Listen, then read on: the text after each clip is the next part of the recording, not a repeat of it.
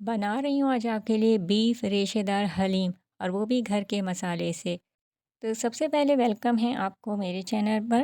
तो मेकिंग की तरफ चलते हैं और कर लेते हैं बिस्मिल्लाह। हमें कुछ दालों की ज़रूरत पड़ेगी इस हलीम को बनाने के लिए, जिसमें मूंग और मसूर की दाल हम लेंगे हाफ हाफ कप। गेहूं का मैंने मोटा दलिया लिया है और जौ भी मैंने मोटा दलिया लिया है, तकरीबन एक एक कप। माश की दाल मैंने ली है आधा कप। एक चौथाई हम लेंगे चावल और तीन चौथाई चना दाल। तो ये सब दालें और चावल हम अच्छी तरह से धो के और पूरी रात के लिए भिगो के रख देंगे। तो यहाँ पे मैंने सारी दालें एक जगह भिगो के रखी थी। अगर आपको मोटा दलिया नहीं मिले तो आप साबुत भी अनाज ले सकते हैं, जौ और गेहूँ।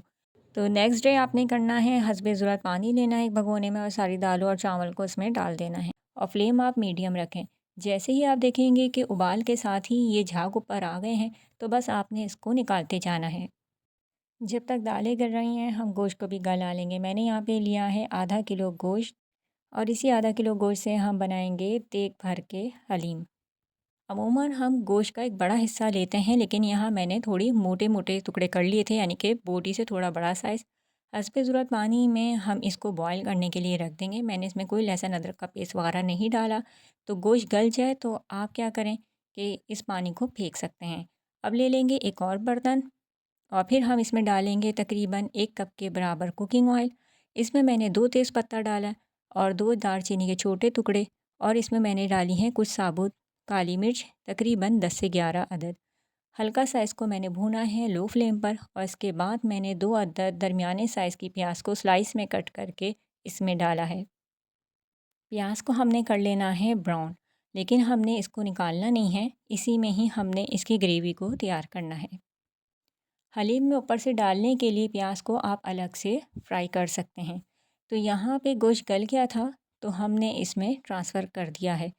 ये बड़े का गोश्त है तो गलने में थोड़ा टाइम लेगा, तकरीबन आपके 40-45 मिनट लग सकते हैं इसको गलने में।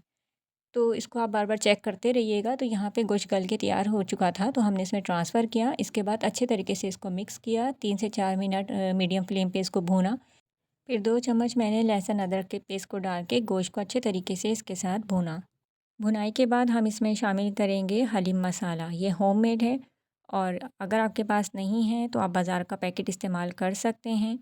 डिस्क्रिप्शन में मैं लिख दूँगी कि ये किस तरीके से मैंने तैयार किया था, और अगर आपको इसकी वीडियो चाहिए है तो कमेंट सेक्शन में ज़रूर बताइएगा, तो मैं इसकी अलग से वीडियो बना के भी अपलोड कर दूँगी। मसाला भुनने के बाद हम यहाँ पे डालेंगे तकरीबन 1 कप के बराबर दही। दही के साथ ही मैंने 2 बड़े साइज़ की हरी मिर्चें ग्राइंड करके डाली हैं, या चाहें तो आप हरी मिर्चों का पेस्ट बना के भी शामिल कर सकते हैं। अब मीडियम फ्लेम पर हमें इसे इतना पकाना है कि दही का पानी खुश्क हो जाए। बिना प्रेशर कुकर के भी ये हलीम जल्दी बन के तैयार हो जाएगा। तकरीबन 1 से डेढ़ गिलास के बराबर मैंने पानी का इस्तेमाल अब किया है, क्योंकि मैंने बड़े गोश्त का पीस नहीं इस्तेमाल किया, छोटी बोटियाँ इस्तेमाल की थीं और जो कि गल भी चुकी थीं। अब गोश्त को घोटने से पहले मैंने तेज़पत्ता और दालचीनी निकाल दी थी। ये निकालनी ज़रूरी है, वरना ये आपका जो है अच्छे तरीके से इसकी घुटाई नहीं हो पाएगी। तो फिर मैंने इसको निकाल के साइड पे कर लिया था, आप चाहें तो बाद में शामिल कर सकते हैं या डिस्कार्ड कर दीजिए। अब मैंने इस तरीके से एक डोई या चम्मच आप कह लें, घोटा कह लें, उसकी मदद से फ्लेम पहले मैंने लो की थी, उसके बाद मैंने इस तरीके से मैश करना शुरू किया था। आप चाहें तो बोटियाँ अलग से निकाल के भी उसका रेशा कर सकते हैं। मसाला हमारा रेडी हो चुका है, तो अब हम दालों को चेक कर लेते हैं। दालें अच्छे तरीके से गल चुकी हैं। अब उसी चम्मच की मदद से मैं इसको पहले लो फ्लेम करेंगे और केयरफुली आपने इसको इस तरीके से घोटना शुरू करना है। दालें जितनी ज़्यादा अच्छी घुटी हुई होंगी, हलीम इतना ही अच्छा बनेगा।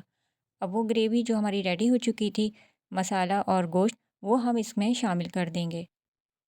ग्रेवी को शामिल करने के बाद लो फ्लेम पर आपने इसकी मज़ीद घुटाई करनी है, तकरीबन 20 से 25 मिनट। जितना ज़्यादा अच्छा आप इसे घोटेंगे, इतना ही ज़बरदस्त तैयार होगा आपका हलीम।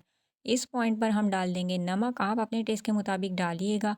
मैंने डाला है तकरीबन हाफ़ टेबल स्पून, और ये बिल्कुल परफेक्ट रेसिपी मैं आपको बता रही हूँ। तकरीबन आधा किलो गोश्त मैंने इस्तेमाल किया है और आप देख सकते हैं कि सिर्फ आधा किलो गोश्त से कितना बड़ा भगोना हमारा बन के तैयार हुआ है हलीम का। और चेक कीजिए कितना रेशेदार बन के तैयार हुआ है। तो यहाँ पे हम डालेंगे बारीक कटी हुई अदरक। हलीम के लिए आप कुछ प्याज अलग से तल के रख लीजिएगा, तो वही मैं इसमें से थोड़ी सी डालूँगी, बाकी जो है वो सर्विंग टाइम पे हम इस्तेमाल करेंगे। कुछ लोग हलीम में ऊपर से बघार भी लगाते हैं, लेकिन इसमें बघार लगाने की भी आपको ज़रूरत नहीं है।